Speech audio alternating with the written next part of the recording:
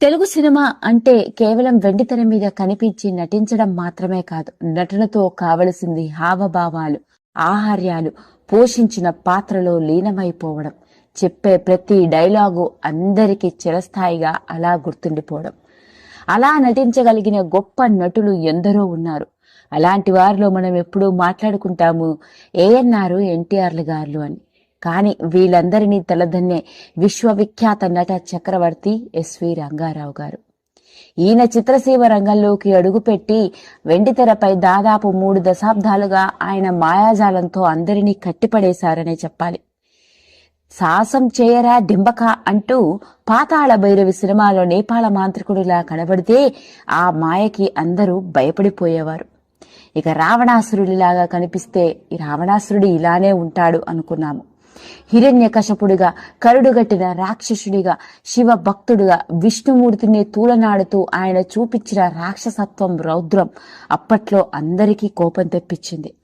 అంతెందుకు, ఘటోత్కచుడిగా కనిపించి high high నాయక అంటే ఓహో ఘటోత్కచుడు ఇలానే ఉంటాడు అని అనుకున్నాము. అలా ఆయన పోషించిన ప్రతి పాత్రలోనూ ఒదిగిపోయి పరకాయ ప్రవేశం చేసి ఈ పాత్రల్లో ఈయన తప్ప ఇంకెవరిని ఊహించుకోలేము అన్నట్లుగా నా భూతో నా భవిష్యత్ అన్నట్టుగా నటించి అలరించారు. పౌరాణిక పాత్రలతో, సుస్పష్టమైన డైలాగ్స్తో, తెలుగు ఉచ్చారణలో తిరుగులేని నటనతో ప్రేక్షకులను అలరించిన గొప్ప నటుడు. అలాంటి ఎస్వి రంగారావు గారు కేవలం పౌరాణిక పాత్రలైనా సాంఘిక పాత్రల్లో కరుణరసం పండించి రౌద్రాన్ని చూపించి ఇలా నవరసాలను పలికించిన నటుడు. మరి ఇంతగా మాట్లాడుకొస్తున్న ఈ గొప్ప నటుడు ఎస్వీఆర్ గురించి మనకి ఎన్నో విషయాలు తెలిసినప్పటికీ ఆయన సినీ వారసత్వం ఏమైపోయింది, ఆయన కూతుళ్ళు ఎవరో ఏం చేస్తున్నారో తెలిస్తే మనందరం ఆశ్చర్యపోవలసిందే. మరి ఇంతకీ ఆ విషయంలోకి వెళ్తే, ఎస్వి రంగారావు గారి పూర్తి పేరు సామర్ల వెంకట రంగారావు. ఆయన 1918లో నూజివీడులోని ఓ జమీందారు కుటుంబంలో జన్మించారు. డిగ్రీ వరకు చదువుకున్న ఆయన చదువుకునే రోజుల్లోనే నాటక రంగం మీద ఉన్న ఇంట్రెస్ట్తో, ముఖ్యంగా షేక్స్పియర్ నవలలు చదివి ప్రభావితమై షేక్స్పియర్ నాటకాలకు సంబంధించిన ఎన్నో పాత్రలు పోషిస్తూ ఆ రోజుల్లోనే రంగస్థల నటుడిగా మంచి గుర్తింపు. ఇక చదువు అయిన వెంటనే ఫైర్ సర్వీసుల్లో ఉద్యోగం రావడం, అలా ఫైర్ సర్వీస్ ఇంజనీర్గా పనిచేస్తున్న సమయంలోనే నాటక రంగం మీద ఉన్న ఆసక్తితో నటనతో ఎలాగైనా చిత్రరంగంలోకి అడుగుపెట్టాలన్న కోరిక. ఈయన నాటకాలు చూసిన అప్పటి తెలుగు చిత్రసీమ దర్శకుడు వరూధిని సినిమాలో నటించే అవకాశాన్ని ఇవ్వడం జరిగింది. అలా వరూధిని అన్న సినిమాతో తెలుగు వెండితెర ప్రేక్షకులకి పరిచయం అయ్యాడు. నటించిన మొదటి సినిమా ఆ రోజుల్లో పెద్దగా ప్రేక్షకుల్ని ఆకట్టుకోలేకపోవడం, సినిమా పెద్దగా ఆడకపోవడంతో ఇక మనకి సినిమా అవకాశాలు రావేమో అనుకుని నిరుత్సాహంతో దాదాపు 2 ఏళ్ల పాటు చిత్రసీమ రంగానికి దూరంగా ఉంటూ ఇంజనీర్గా జాబ్ చేస్తున్నాడు. అలాంటి సమయంలోనే మళ్లీ సినిమా ఇండస్ట్రీ నుంచి పిలుపు రావడం, వచ్చిన ఆ పిలుపు ఆయన్ని వదలకుండా చివరి వరకు ఆయనతోనే ఉండడం చిత్రసీమ రంగం చేసుకున్న అదృష్టం అని చెప్పాలి. అలా వరూధిని సినిమా తర్వాత పల్లెటూరు పిల్ల, బంగారు బాబు, పాతాళ భైరవి ఇలా చెప్పుకుంటూ పోతే ప్రతి సినిమా ఈయన కోసమే సృష్టించబడింది. అప్పట్లో పోషించే ప్రతి పాత్ర ఈయనది మాత్రమే. నటనకే నటనను నేర్పుతున్నాడు అని అన్నారు అప్పట్లోని సినీ చిత్ర దర్శకులు, నిర్మాతలు అంతా. అలా 300కి పైగా సినిమాలలో విభిన్నమైన పాత్రలతో చిత్రసీమ రంగంలో ఎనలేని నటుడిగా విశ్వవిఖ్యాత నట చక్రవర్తి అయ్యారు. అలాంటి ఎస్వి రంగారావు గారు సినిమా ఇండస్ట్రీలోకి అడుగుపెట్టిన కొన్నేళ్ల తర్వాత లీలావతి గారిని పెళ్లి చేసుకున్నారు. ఇక ఆవిడ ఎవరో, ఆవిడ బ్యాక్గ్రౌండ్ ఏంటో తెలిస్తే మనందరం ఆశ్చర్యపోవలసిందే. ఆవిడ ఏలూరుకి చెందిన ఓ జమీందారి కుటుంబం నుంచి వచ్చిన అమ్మాయి. ఆ రోజుల్లో బడేటి వారి కుటుంబం అంటే గొప్ప సిరి సంపదలకి, కీర్తి ప్రతిష్టలకి పెట్టింది పేరు. అలా ధనవంతుల కుటుంబం నుంచి వచ్చిన ఆవిడని పెళ్లి చేసుకున్నారు రంగారావు గారు. ఇక వాళ్ళకి 3 పిల్లలు, ఓ కొడుకు, 2 కూతుళ్ళు.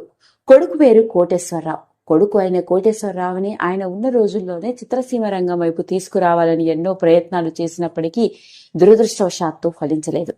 ఇక కూతుళ్ల విషయంలోకి వెళ్తే కూతుళ్ల పేర్లు ప్రమీల మరియు విజయకార్లు. వీళ్ళిద్దరికీ పెళ్లిళ్లు చేయడం, వాళ్ళు అమెరికాలో సెటిల్ అవ్వడం జరిగింది. ఎస్వి రంగారావు గారి సుజావుగా నటనా జీవితం మరియు వ్యక్తిగత జీవితం కొనసాగుతున్న రోజుల్లోనే ఏర్పడ్డ అతిపెద్ద విషాదం ఆయన తన కొడుకుని కోల్పోవడం. చిన్న వయసులోనే తన కొడుకుని కోల్పోవడంతో ఎస్వి రంగారావు గారు పూర్తి విషాదంలో మునిగిపోయారు. ఆ బాధని తట్టుకోలేక ఆయన తాగుడికి కూడా బానిసై ఆ తర్వాత ఆయన అనారోగ్య పాలు అవ్వడం జరిగిందట. అలాంటి సమయంలోనే ఆయనకి గుండెపోటు కూడా రావడంతో టెస్టులు చేసిన డాక్టర్లు కొంతకాలం పూర్తి రెస్ట్ అవసరమని చెప్పినప్పటికీ ఎస్వి రంగారావు గారు వినకుండా చిట్ట చివరిసారిగా నటించిన సినిమా యశోద కృష్ణ. ఆ సినిమా షూటింగ్ సమయంలో ఆయన ఆరోగ్యం పెద్దగా బాగుండకపోవడం, వద్దని వారించిన సినిమాలో నటించే అవకాశం వచ్చింది. నటనకే జీవితంగా బ్రతుకుతున్న నేను చివరి గడియ వరకు నటిస్తూనే పోవాలి అన్న సంకల్పంతో ఆ సినిమా షూటింగ్ లో పాల్గొన్నారట. దురదృష్టం ఏంటంటే యశోద కృష్ణ సినిమాలో కంసుడు పాత్ర పోషిస్తున్న సందర్భంలో ఆ సీన్లు చనిపోయే సన్నివేశం. ఆ సన్నివేశంలో నటిస్తూనే హఠాత్తుగా గుండెపోటు రావడంతో అక్కడికక్కడే కుప్పకూడి పడిపోయారు. అలా నటనే జీవితంగా బతికిన ఎస్వి అలా నటిస్తూనే ఈ లోకాన్ని విడిచిపెట్టి వెళ్లిపోయారు మహా గొప్ప నటుడు ఎస్వి రంగారావు గారు. ఇదిలా ఉంటే ఆ రోజుల్లో ఎస్వి రంగారావు గారి భార్య తన భర్త మరణించారు అన్న వార్తని జీర్ణించుకోలేక ఆయన పోయిన తర్వాత దాదాపు ఓ రోజు వరకు ఆయనని ఎవరికీ చూపించలేదట. దానికి కారణం ఆవిడ కొలిచే ఓ గురువు పాండిచ్చేరిలో ఉంటారని, ఆయన వచ్చి ఓసారి చూస్తే తిరిగి భర్తకి ప్రాణం పోస్తారన్న నమ్మకంతో ఆయన కోసం ఎదురు చూసిందట. కానీ దురదృష్టవశాత్తు అది అలా కుదరకపోవడంతో ఇక ఆ వార్త చిత్రసీమ రంగంలో అప్పటికే వ్యాపించడంతో ఎస్వి రంగారావు గారి చివరి కార్యక్రమాలని ఓ రోజు తర్వాత జరిపించడం జరిగిందట. ఏది ఏమైనప్పటికీ తెలుగు చిత్రసీమ రంగానికే విశ్వవిఖ్యాత నట చక్రవర్తిగా, ఇండస్ట్రీలోనే తలమానికంగా ఏళ్లు గడిచినా, తరాలు మారినా, ఎన్ని యుగాలు గడిచినా గుర్తుండిపోయే మహా గొప్ప నటుడు ఎస్వి రంగారావు గారు. అదండి అసలు విషయం. అలా మొత్తానికి లేటెస్ట్ గా వెలుగులోకి వచ్చిన ఈ వార్త ఇప్పుడు అందరినీ ఆశ్చర్యానికి గురిచేస్తోంది.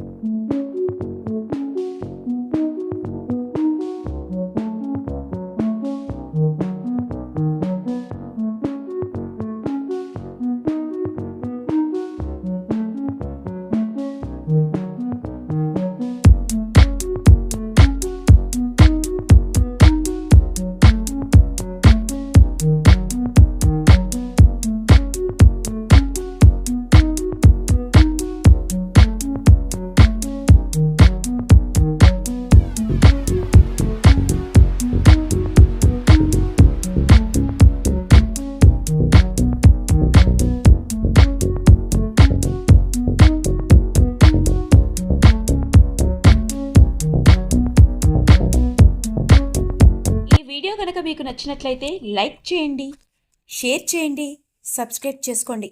మరిన్ని వీడియోస్ కోసం పక్కనే ఉన్న బెల్ ఐకాన్ని నొక్కడం మాత్రం మర్చిపోకండి.